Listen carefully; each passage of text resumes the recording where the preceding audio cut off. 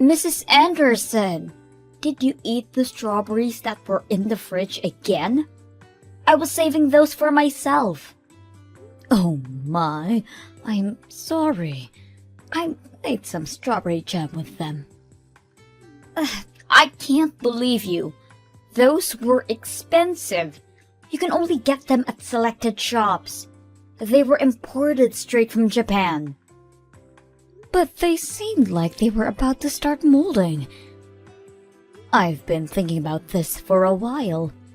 But you need to make sure to only buy food in quantities that you feel confident in finishing. I understand that you like to take your time eating those nice things, but you always end up letting them spoil. It's just a waste. I'm sorry. Did I ask for your opinion? I don't need to hear anything from a person who's too poor to afford nice things.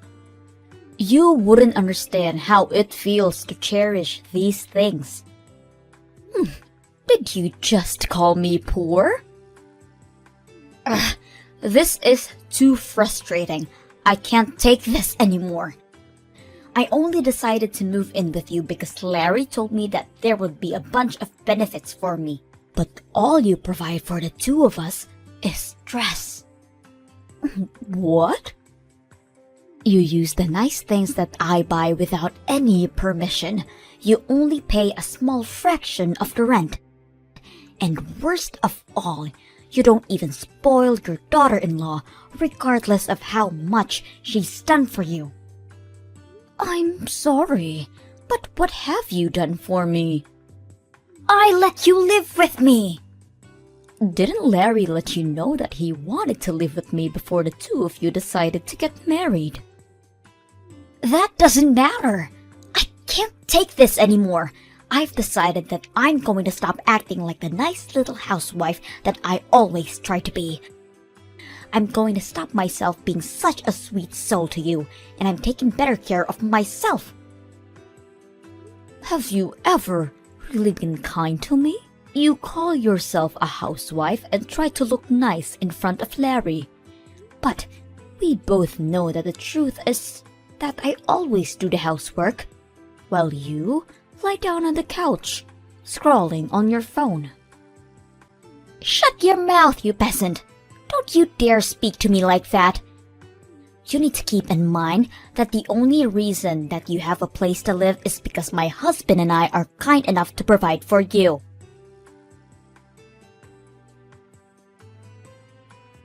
Larry, I need to tell me what you told Molly to convince her to live with me. Huh? What do you mean, Mom? She just threw all of her anger at me, that this isn't what she signed up for, and that you told her that there would be benefits on her side by living with me. She even went as far to call me a peasant, and that I should be ashamed of not being able to spoil her. Molly told me that you were the one who came up with the idea to live with me and that you convinced her to do so. So I need to know what you told her. Just come clean with it. I need to know this to straighten out this whole situation. Besides, I've been having a feeling that you're lying to me for a while now. What? I mean, you had a bunch of money inherited to you when Dad died, didn't you? He worked at a decent company, so I imagine the insurance was great. Therefore, I figured that you had enough to be well off for the rest of your life. Maybe even better than well off. So I told Molly that you would support us a pretty good amount per month if we let you stay over at our place. So we had a discussion and decided that it would be best to rent the money that we need for now and have you support us to pay it back. And you tried to ask me to live with you guys without raising any suspicions by keeping something so huge from me? Wow. I remember how happy I was when Molly told me that she wanted to keep me close for when I grew old. It was all about just money. Huh. You don't have to say it like that, Mom. Don't you enjoy our company? After finding out about your motives, no, I don't. You turned Molly into a cold-hearted liar. Now all she does is complain about my presence and call me poor. I should never have even bothered living with the two of you. So explain everything to Molly right now. That there was never a conversation about me providing for the two of you and that you lied about it. And while you're at it, apologize and tell her that you'll single-handedly provide from her from now on. What? How did our conversation end up in that direction? You're supposed to be understanding and help us more with future payments. Why would I do that? Because Molly isn't the same girl as the girl I met either. Ever since my salary started going down, she's been constantly irritated about my presence too. Thanks to that, she and I haven't been doing so well as a couple. I can't say that I didn't notice how her behavior towards you had changed as well. Even in this situation, I believed that you would help me. Because you're my mother, and that's what mothers should do for their sons. But you didn't even bother offering help, and now you're trying to abandon me in this situation and leave everything in my hands. Don't you see how harsh you're being? You're my mother, so do something. Are you kidding me? How old are you? Someone your age needs to pick up their crap and finally become independent. I'm the one who should be asking you if you're kidding me right now. What kind of mother behaves like that to her son? If you're going to be so cold, then fine. I see how it is. I could kick you out of the house as soon as I want. You are going to kick me out? Even though you're the one who suggested that I live with you in the first place. If that happens, you're going to be in big trouble, aren't you? You sold our house and all of the land you owned before moving in with us. You have nowhere to go back to, right? You don't want to become homeless at that age, do you? All you have to do to avoid that outcome is to stay in that house and keep paying your rent to us. I can't believe this. You're threatening me. I've raised my son into a monster. Come on, I'm just negotiating, Mom. Besides, you still have the money that you earned by selling our old house, didn't you? I'm sure it wouldn't hurt to pay a little bit of rent every month. I look forward to our business together. Well, we couldn't have had such a nice house without you, so thank you for your support.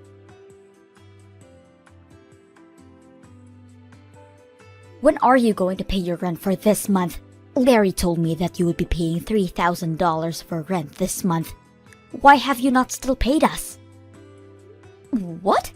3,000? What kind of joke is that? Are you telling me that Larry lied to me again? Why does he always lie to get out of trouble when he knows that he's going to get caught? Never mind then. I'll just tell you myself. Larry and I will be asking for $3,000 each month as rent from now on. Are we clear? You can manage to do that, right?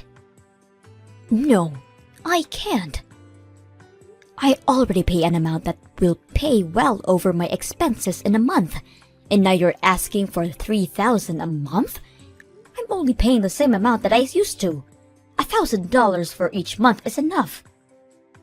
I guess this means our negotiation has failed. I'll pack up your things and leave them outside. So gather those things and please leave. What? This is your last chance to change your mind. If you promise to pay $3,000 every month, then we'll let this incident slide. I won't throw your things outside. So, what's it going to be? Are you going to pay $3,000 each month as rent? Or are you going to be homeless and spend your nights on a bench in a park? Feel free to make the choices that fits your preference. I can't believe you. You can't just kick someone out like that. As you've already figured out by now, I'm barely getting by at this point, thanks to your dumb little son who couldn't manage to keep his job. You don't have the option to keep another mouth to feed for free. You don't keep me around for free. I pay my part of the expenses. And you say that you don't have the option, but I don't see you getting a job either. Stop arguing with me. My job is to take care of the house. I'm not going to go out and work like a peasant, so you need to pay rent and account for that. How does that make any sense? But you choose to ignore our needs and neglect your part in supporting us. Have you used up all of the money that you earned through selling your house already or something? It's my money, and I get to use it however I want. How selfish can you be? You use all of your money for yourself while your son and daughter-in-law are struggling to get by. I can't imagine how easy it must be to rely on someone else to live while not making any contributions whatsoever. But that ends now. If you can't pay your rent, then get out of my house this instant. So that's all I was to you, huh? You never cared about me. You just wanted to use me as an ATM. Well then, I'm glad to leave. Shut up, you poor old hag. I mean, what else did you expect to be to us? The only good that you do is pay us, so I think it's fair that we only see you as an ATM. You're not worth the space in our house. You need to leave and never show up ever again. There's literally no point in letting you live with us, you parasite. I guess I'll move into the luxury nursery home with a built-in country club in the town next door. Seriously? I guess he got his habit of lying from you. I'm being serious. And where on earth do you think you're going to get the money for that? I have every single cent that I need to afford it. I currently have $2 million worth of assets. So you can probably do the math that I have enough to spend a lifetime in a nice place like that. $2 million? How? I think I'll get going now. I promised my friend that we would go have some tea together, so I'll go do that. As a matter of fact, I'll stay at a friend's house for the night, so please leave my things at your front door. I'll be moving into my dream environment after that, so you won't have to see me ever again. I can't tell if you're joking. You're kidding about the $2 million, right? Even if your husband passed away and left an inheritance, $2 million is unrealistic. Oh, it's not my husband's. I made it myself when I was younger. What? Yes, I bought some real estate with the money that my husband left behind, so I have $5 million if you include that. I hit the jackpot with the apartment I bought and started renting out. You have $5 million? How? Because I plan ahead and save up money before I make financial decisions, unlike your dumb little husband. The whole situation doesn't make any sense. Even your son hasn't told me anything about money like that. I'm sure he'd be aware if you had the assets like that. I've actually never mentioned it to him before. I sold the company that I was running at the time as soon as he was born. So, you sold your company? You're trying to tell me that you were a business owner? Yes, that's exactly what I'm trying to tell you. I was a big risk taker when I was younger. I started lots of businesses, and most of them failed, but one of them really took off, and it expanded to a pretty good scale. I can't believe this. I married my husband right after that, though. So, I ended up selling the company for a pretty good time. I found it more important to marry and devote myself to the love of my life. Therefore, I sacrificed the potential of becoming a billionaire to pursue it. How could you sell your company for a reason like that? Are you stupid? Do you think so? Because through my eyes, it seems like you and I are doing the exact same things. Quitting our jobs to become housewives. I just wanted to support my husband with everything I had, so I did exactly that. He was very kind, but he had trouble balancing his tasks, so I had to step in all of the time, and I enjoyed it a lot. The money that I got was just a bonus. And that's how you got $2 million? Exactly. So that's probably why Larry never mentioned it to you. He simply only knew me as a housewife. The subject just never came up, because we were all happy with the situation that I created. My brain can't keep up with all of this. Then, you can look it up the internet tonight. The company is still pretty large in scale. I'm sure you can find my Wikipedia or something as its founder. Mom, what do you mean you used to own a business? Why did you never tell me about this? And your savings? That should have been the first thing to bring up when you started living with us. Let me ask you this. Why would I have to tell you what my savings are? In fact, why should I even financially support you? Are you serious? Yes, I'm serious. This is my money, so I get to use it however I want to. Is there some type of law that obligates me to help you out because I'm your mother? But I'm your son. Isn't helping me out when I'm struggling the normal thing to do? You don't get it, do you? I'm not going to help you, especially because you're my son. I care for you, so I need you to learn how to keep going on your own. Come on, Mom, don't be like that. Look, I'm sorry about all of the things that Molly said to you. I really am. And I'll make sure that she understands her faults too. So, can you please come back and live with us? Molly is saying she'll do all the housework from now on, but I'm sure things are going to work out this time. All you need to do is support us the way you always did, and all are going to be well. Sorry, but I just finished signing up for the nursing home that I was talking about earlier. So, no, I won't be moving back with the two of you anymore. What? Have you already finished signing up? I mean, I can't just stay at a friend's house forever, can I? The place I'm moving to has a whole building to itself, so I'll be spending the rest of my life shopping and sipping margaritas next to a pool. My friend even said that she's moving in with me, so we'll be having the time of our life. They own a whole building? And a country club is inside. How much is that going to cost you? You could save so much money living with us instead.